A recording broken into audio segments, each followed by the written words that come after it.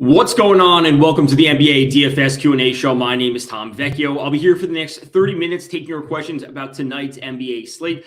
As always, you can find this every Wednesday, 4 p.m. on the FanDuel YouTube, Twitch, Twitter, and Facebook page. You can follow me on Twitter at DFS_Tom.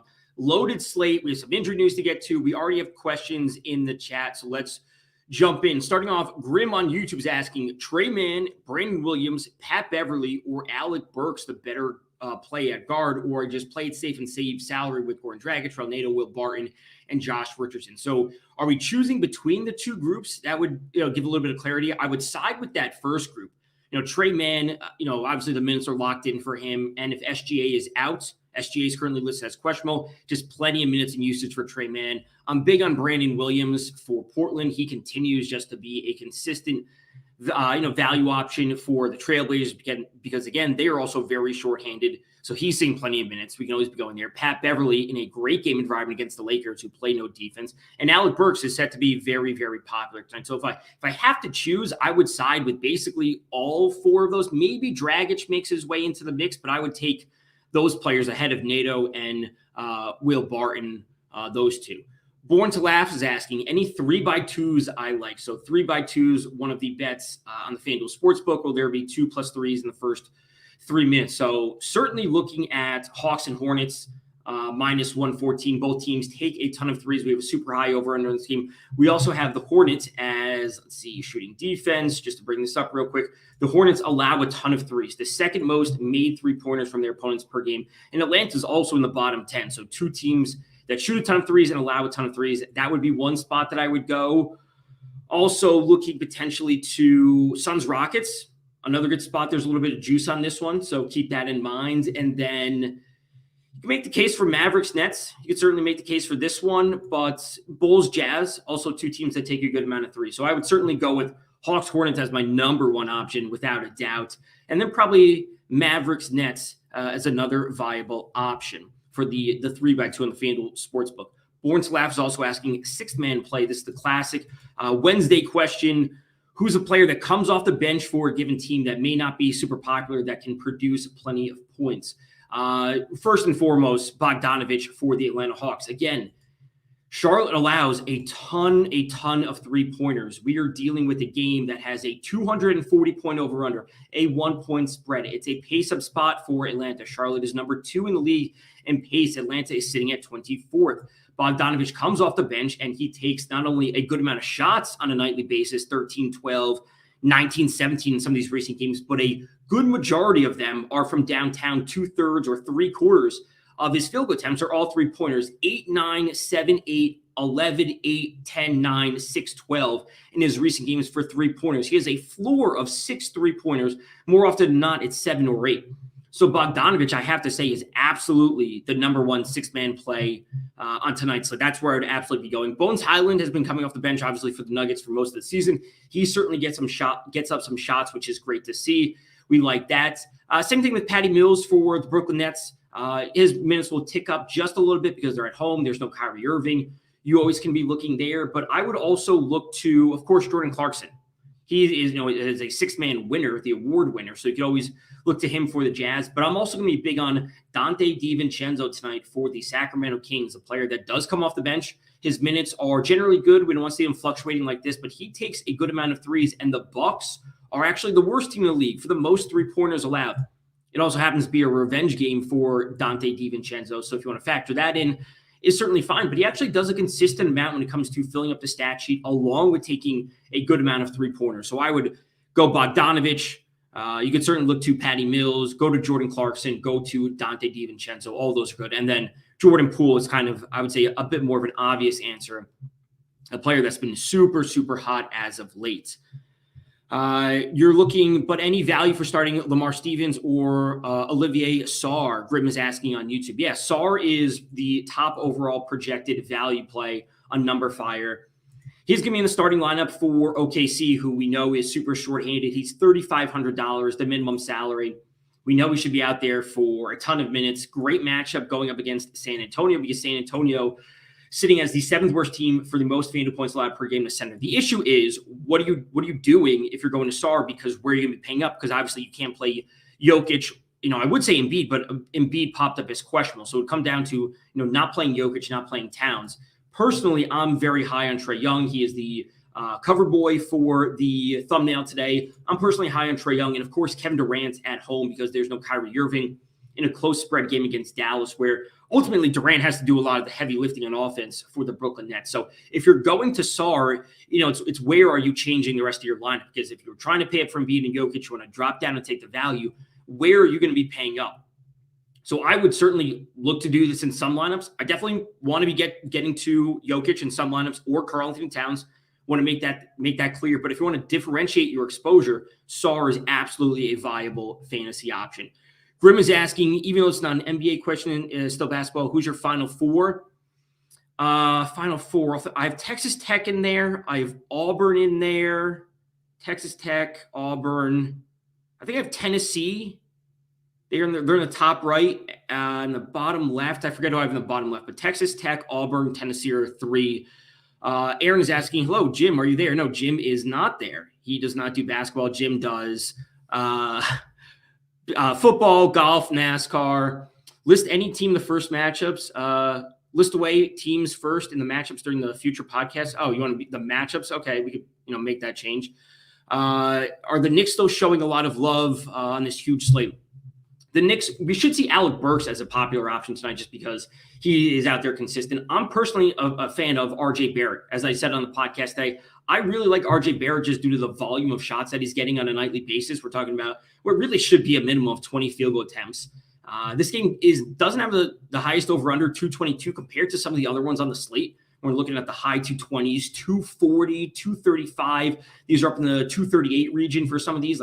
These are very, very high-scoring games. So I like Alec Burks. He should be popular, but I also like RJ Barrett a lot due to his potential tournament value. DJ is asking, do you think Portland has enough to beat the Knicks and take the spread? Same question with the Bulls and the Kings.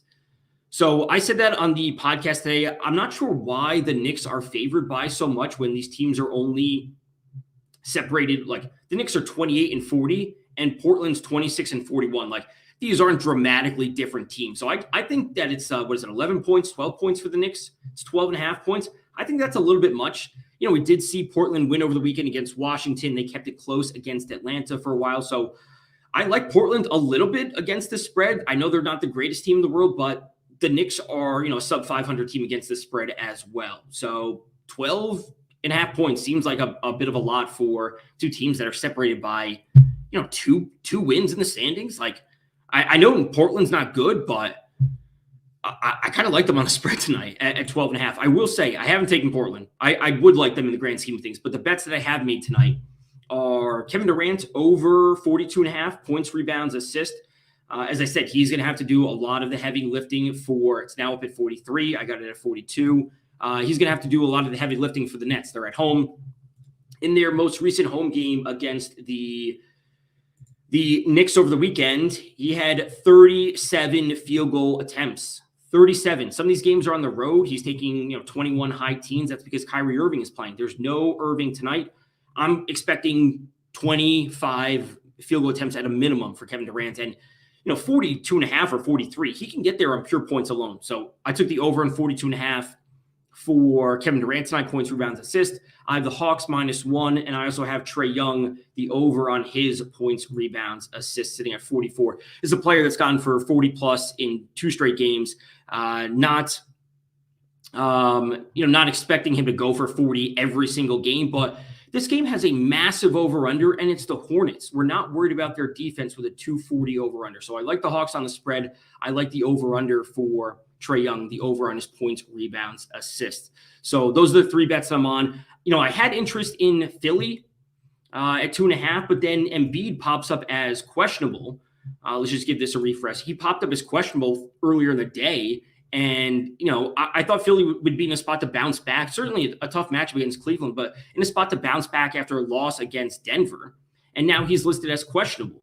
So I had interest in going the 76ers, 2.5 earlier today. I don't have interest until Embiid is ruled in. I can't be taking them, or at least I wouldn't feel comfortable taking them against what is a good Cleveland team. So that's what we're looking at. So besides Embiid, when it comes to injury news, LeBron James is always listed as questionable. Most of the time he ends up playing. LeBron could go for, again, 50 plus real points and the Lakers still lose that game. We need an update there. SGA, I think that the SGA news is pretty important on tonight's slate because Murray is shaping up to be a popular option. It's a 230 over under, which is certainly very solid. But with the 13.5 point spread already, and if SGA gets ruled out, this could expand the spread even more. And at that point, I think it lowers the fantasy viability of Murray, Jakob Poeltl. I'd still have some interest in going to Keldon Johnson in the grand scheme of things, but Murray reaching and exceeding value in a game that could have a 15-point spread, it puts things into question at that point. Oh, DJ is also asking about the Bulls and the Kings spreads. Yeah, the last part to your earlier question, forgot about that. The Bulls I would be least confident in. Utah's good at home. Bulls have been struggling a little bit as of late. Zach LaVine, he's missing some games. He's listed as questionable. He's going through a shoot-around. I have my concerns about Zach LaVine and some of these recent shooting performances. He's dealing with this knee injury. Is he 100% healthy? He's dealt with multiple injuries this year. So I have a little bit of concern when it comes to the Bulls. A higher spread game or a higher over-under game just means that we should be seeing more variance overall. So maybe the Kings, who have actually been putting up a good amount of points lately, can keep up with the Bucks. And we have seen the Bucks drop some weird games this season. So I would actually feel more confident with the Kings taking the extra 8 points over the Bulls, and their offense a little bit in question right now. So that's where I would go. I prefer the Kings. Realistically, I don't think I love either of those teams tonight. I would have much more interest in going to, like I said, the Hawks, the 76ers, if Embiid plays, and then Portland. I think 12.5 is just too much for the Knicks. They're blowing all these leads. They're not playing defense. If you've been following the NBA, the Knicks can't keep a lead once it gets to the fourth quarter anyway. So that's where I would be going on those.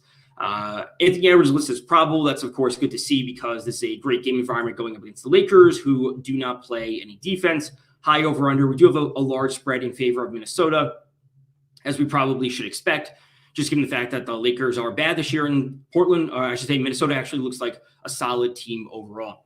Would another spur outside of Murray come into play if SGA sits, Devin Vassell or Keldon Johnson? I assume you mean if there's autocorrect there. Or I like Keldon Johnson. I like his game. He fills up the stat sheet a good amount. Certainly gets up some three-pointers, which is always good to see, increasing his ceiling.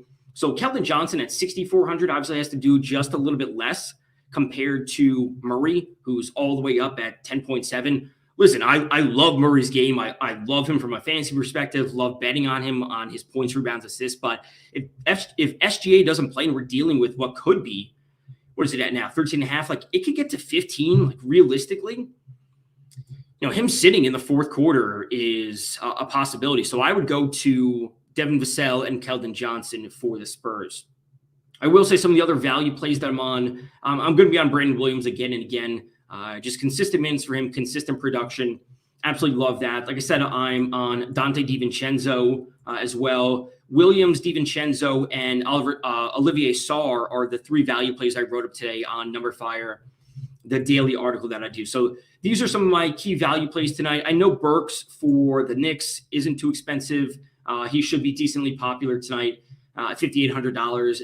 These are kind of the players I've been filtering in. Like I said, Trae Young's the cover boy for this video, so he's certainly in there. I'm betting on his over points, rebounds, assists. Same thing with Kevin Durant, going with the over on his points, rebounds, assist.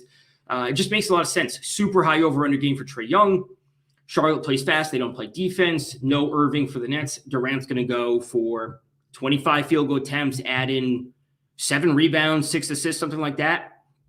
Easily go for 40-plus real points in any given matchup, even though this only has a 220 over-under, right? 220, 221 for the Brooklyn Nets and the Dallas Mavericks. But a close spread game is always good to see. So this is where a lot of my core lineup builds have started. If I'm not going with Sarr, paying up for Jokic is always a great option. You obviously have to find a ton of value at that point, but falling just a little bit further down. I mentioned DeAndre Ayton today. I'm certainly on board with going to him. I like Bobby Portis tonight, due to the savings, and of course the matchup against Sacramento is phenomenal. They're the second worst team against centers this year for the most FanDuel points allowed. So if I'm not paying up for Jokic, I like going to Bobby Portis. Jakob Poeltl also has a great matchup. The Thunder are the third worst team against centers, allowing 57.77 FanDuel points per game. So it's absolutely an easy matchup for everyone on the Spurs. I'm just worried about the spread overall. So I would lean towards Bobby Portis if I have to choose between these two at the same salary. Draymond Green, I'm not going to have any interest in him. He's on this minutes limit, going to be playing 20 to 22 to 24 minutes, whatever it is. They said for about a week. So, $6,600, he has to do a decent amount in order to reach value. And I just don't have interest in him when he's going to be on this minutes limit. If you want to go to Porzingis at $7,600, which we could all say is pretty affordable for Porzingis, his minutes are on the uptick, which is good, 21, 25, 27 in this most recent game. They had a day off. Hopefully he gets around 30 because he's been producing over 1 FanDuel point per minute in all of these recent games. He's $7,600, which is affordable for what realistically should be the main usage player for the Wizards. So $7,600 is a salary I certainly like for Porzingis, who's on the upswing in terms of minutes, in terms of production. That's where I'd be going at center if I'm not paying up for Jokic, which of course is a great idea. Always going to Towns is also a great idea. 4,500, it can be a little bit tough to get to, but it's certainly viable if you're trying to jam in these 3 top stars. You have to find some value at the forward positions, which you can certainly do if we flip to the forward positions of where we are looking for value. Aaron Gordon, not really my type of value play. Rudy Gay should be immensely popular tonight because he's likely going to be in the starting lineup for the Utah Jazz just because they're dealing with some injuries. So if you really wanted to pay up for Jokic, 4,500 left per player. You have 2 players that are going to be jumping into the starting lineup, or I should say are in the starting lineup of Rudy Gay and Brandon Williams for the value. You have 3 immense stars in your lineup. And 4,500 for 2 players left. If you don't want to go all the way up to Towns, Jokic, you can drop down 2 Towns from Jokic, and it gives you a little bit more flexibility. Do you like any of the Tyrese Maxey player performance doubles or Gallinari for the same thing? Let's take a look at those. So Tyrese Maxey, player performance doubles. Let's see. So this would be a spot that, ideally we would wait for the Embiid news, because if Embiid is out, if we're looking at the 76ers lineup, it really should be Harden and Maxey as number 1 and number 2 when it comes to usage and, overall field goal attempts. So if we don't have, so there's no update on Embiid. I don't assume it's going to be coming until closer to the game, but Maxey performance double. So 20 plus points and Philly to win at plus 245 if Embiid is out looks good, and there's correlation there. Okay, how would Philly win if Embiid is out? Well, Embiid is out. That probably means that Harden and Maxey are going to be both going for big games. So some combination of the 245 here or the 2 plus made threes, obviously not as big of a line there, but 18 plus points, like this one, Harden 25 plus points, Philly to win at 186 looks pretty realistic if Embiid is out. Some of these are pretty good. Could you jump on some of these early because maybe their lines change if Embiid is ruled out? I think that's fine as well. But I would say 3 or 4 of these are pretty realistic for the 76ers. The next one would be Danilo Gallinari for the Hawks. Of course, he's in the starting lineup, seeing some big minutes because John Collins is out, player performance doubles. We know Gallinari takes a bunch of threes. So, and of course, as I mentioned before, Charlotte, they do not play defense against threes. We always can be looking there. So 2 plus made threes for Gallinari, and Atlanta to win in a 1-spread game. I already said I'm on Atlanta -1. So, I'm already on Atlanta to win. So that one looks good. Great matchup. 15 plus points, kind of along the same line. If he's going to be stepping out and hitting some 3-pointers, he's probably going to be getting to the 15 points. Where has he been recently? 15, 13, 14, 14, 10. So he's right on that edge. He's taking a good amount of 3-pointers per game. I would feel a little bit more comfortable with the 2 plus threes and Atlanta win rather than the 15 plus points. So if I have to choose between those, that's where I'd be going. 7 plus rebounds, that's obviously a little bit of a stretch. 18 points, again, a little bit of a stretch. Where has he been? Last time he was over 20 was against Chicago, 21. That would realistically come down to him hitting a good amount of shots, which is certainly doable in a game that has 240 points. If you want to, a little bit of a dart throw and get one to Gallo at 18 plus points, that's fine. But I would be much more comfortable with the threes and the 15 plus points for those. Do I like the Tatum boost? Let's see what the Tatum boost is for this. Let's see. Is that listed on the game or?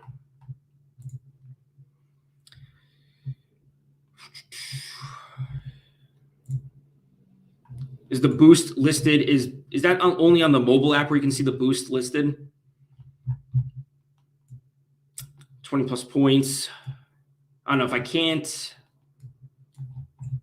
I don't know where the boosts are listed on desktop always. So I would say probably yes. Tatum's obviously, we know, fantastic. But if we're looking at along the same lines of a player performance double, 32 points is a lot for him. Is it on boost? Is it on the NBA? Oh, boost right here. I thought it was on the NBA specific page.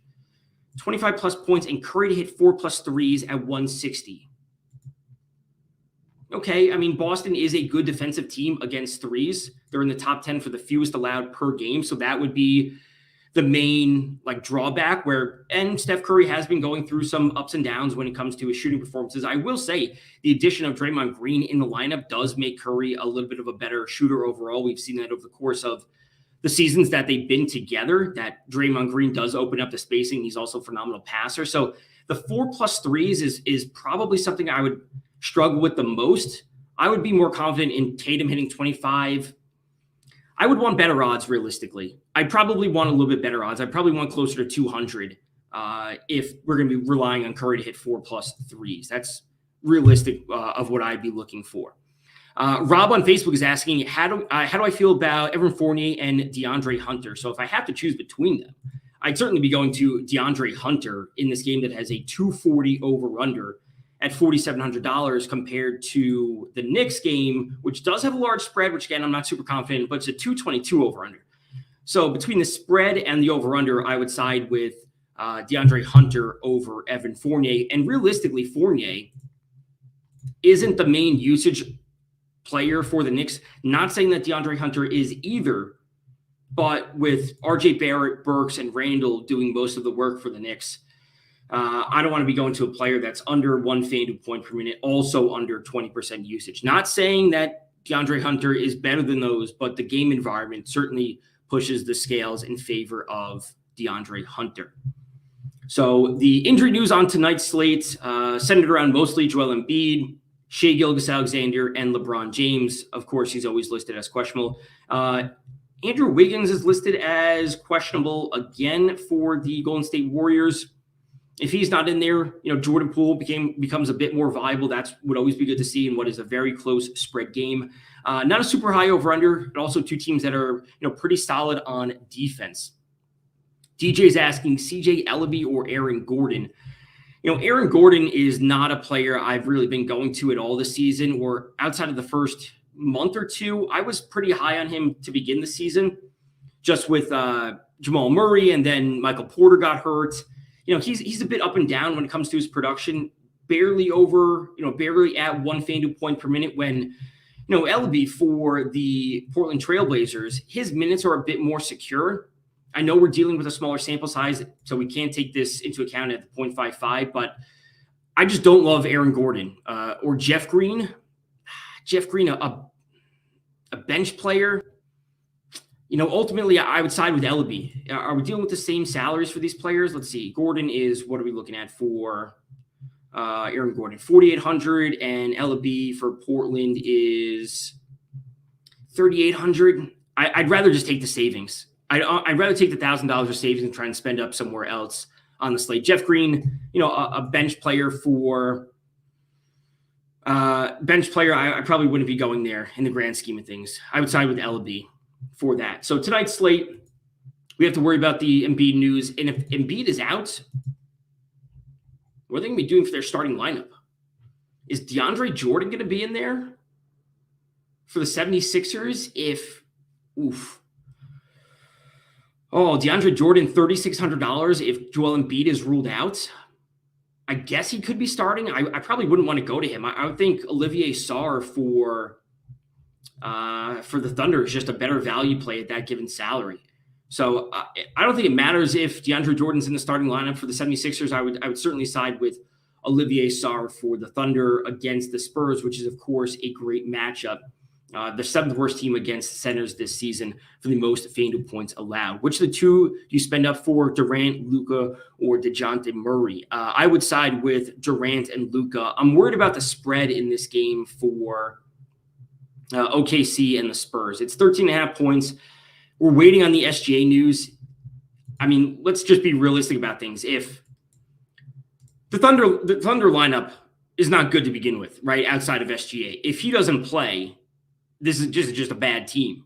And the Spurs winning this game by 15 or 20 points and Murray not playing at all in the fourth quarter is a concern. I would side with Luka in a game that has a 3-point spread. That's just how I try and look at things. Games that have close spreads and high over-unders, players that see good usage, good minutes. How many boxes of those can I check off for a given player? Are they going to be in the starting lineup? These sorts of things. Keep it pretty simple. Close spread game. Yes, the over-under isn't as high, 7-point differential, but the 10-point spread is obviously a lot. And if SGA is out, I don't have a whole lot of faith in the Thunder keeping that game close. So I would side with Durant and Luka out of that group, and then Luka ahead of Murray. Trended Watford or Kuzma, or try and get to Randall. Trended Watford or Kuzma, or try and get to Randall. So the question would be, this is what Grim on YouTube is asking. The question I would have to follow this up is, if you're trying to get up from Watford to Randall, what do you use? Like, where are you taking the $900? Where are you upgrading? Like, what's the next swap? Because you're not going to leave $900. I suggest not to leave $900 on the table if you're doing that 1-for-1 swap. So where would you be spending the $900 to upgrade what other spot? That's really what it comes down to, because I think Kuzma's fine. That game is a good over-under. It's higher than the Knicks, also closer spread than the Knicks. Watford is going to have plenty of minutes secure. But if you are upgrading to Randall, where are, or you're going from Watford to Randall or down from Randall to Watford, you get what I'm saying. Where would you be changing the next position for the 900? Try and add 900 onto your guard position. So yeah, if you can spend up to get to a Fox or a Young or LaMelo Ball, whoever it might be, Terry Rozier, I think that's certainly a viable option. If you're going to take the savings from going from Randall to Watford, that's a viable play, because we have some great guards on tonight's slate. Joseph on Facebook is asking, is DiVincenzo a good cheap play? Yes, Dante DiVincenzo is actually one of the players I wrote up on Number Fire for the 3 value plays on tonight's slate. Here, the value plays for tonight's the article I do every day. Sarr, I've spoken about, Brandon Williams, Dante DiVincenzo. So he's one of the players that I like. This game has a 240 over-under. It's got an 8.5-point spread, which is fine. You want to factor in the revenge going up against his former team. That's certainly okay. But more importantly, he comes off the bench. He plays a solid amount of minutes. He fills up the stat sheet a good amount. He's also taking a lot of threes, 5, 3, 3, 6, 6, 6, 5, 6 3-point attempts in these recent stretch of games. Milwaukee's dead last in the league for the most 3-pointers allowed per game to their opponents. So regardless of like a revenge narrative, which is always fun to add in, DiVincenzo is just a good play. Taking 3-pointers, high over-under game, fills up the stat sheet, et cetera, et cetera. What is that site you use for this stats on the players? This site right here. This is just team rankings. If you're talking about this one, team rankings, you can get a ton of stuff here in terms of the team stats, how they play in terms of offense, defense, rebounding, you name it. You could be looking at anything for this one. This is Number Fire, obviously our site with FanDuel. Looking at this is all of our projections. The main stuff, or this site, it's Fantasy Pros. For the defense versus positions for the black screen one. This one, I think this is what you mean. This one here with the black bar up top. Teamrankings.com. They have it for all sports, not just NBA. So yeah, great resources. Fantasy Pros, Team Rankings. Obviously using all our tools on Number Fire as well. Always looking at the spreads, how teams are performing against the spread, how they trend in terms of overs and unders. We want to be targeting teams that obviously hit the overs, higher over-under games, et cetera, et cetera. So, great resources out there. You got to fold it all into the mix on a daily basis to give you what you are looking for. The one you were checking Embiid's status on, this one? Oh, this is Twitter. This is just, I have the dark mode on Twitter. But this is just Underdog NBA, getting it for news as always. Scotty Barnes or Jaylen Brown. Scotty Barnes, he's been cooking lately for the Raptors, filling up the stat sheet a ton. taking plenty of shot attempts. Van Vliet in and out of the lineup, so extra usage for Scotty Barnes is always good in a close spread game. Not to say that this isn't a close spread game, but if Van Vliet is out, I would go to Scotty Barnes, between Scotty Barnes and Jaylen Brown. All right, so that does it for today's show. We'll be back next week at 4 p.m. on the FanDuel YouTube, Twitch, Twitter, Facebook page. You can follow me on Twitter at DFS_Tom. Until next time, good luck in your contests.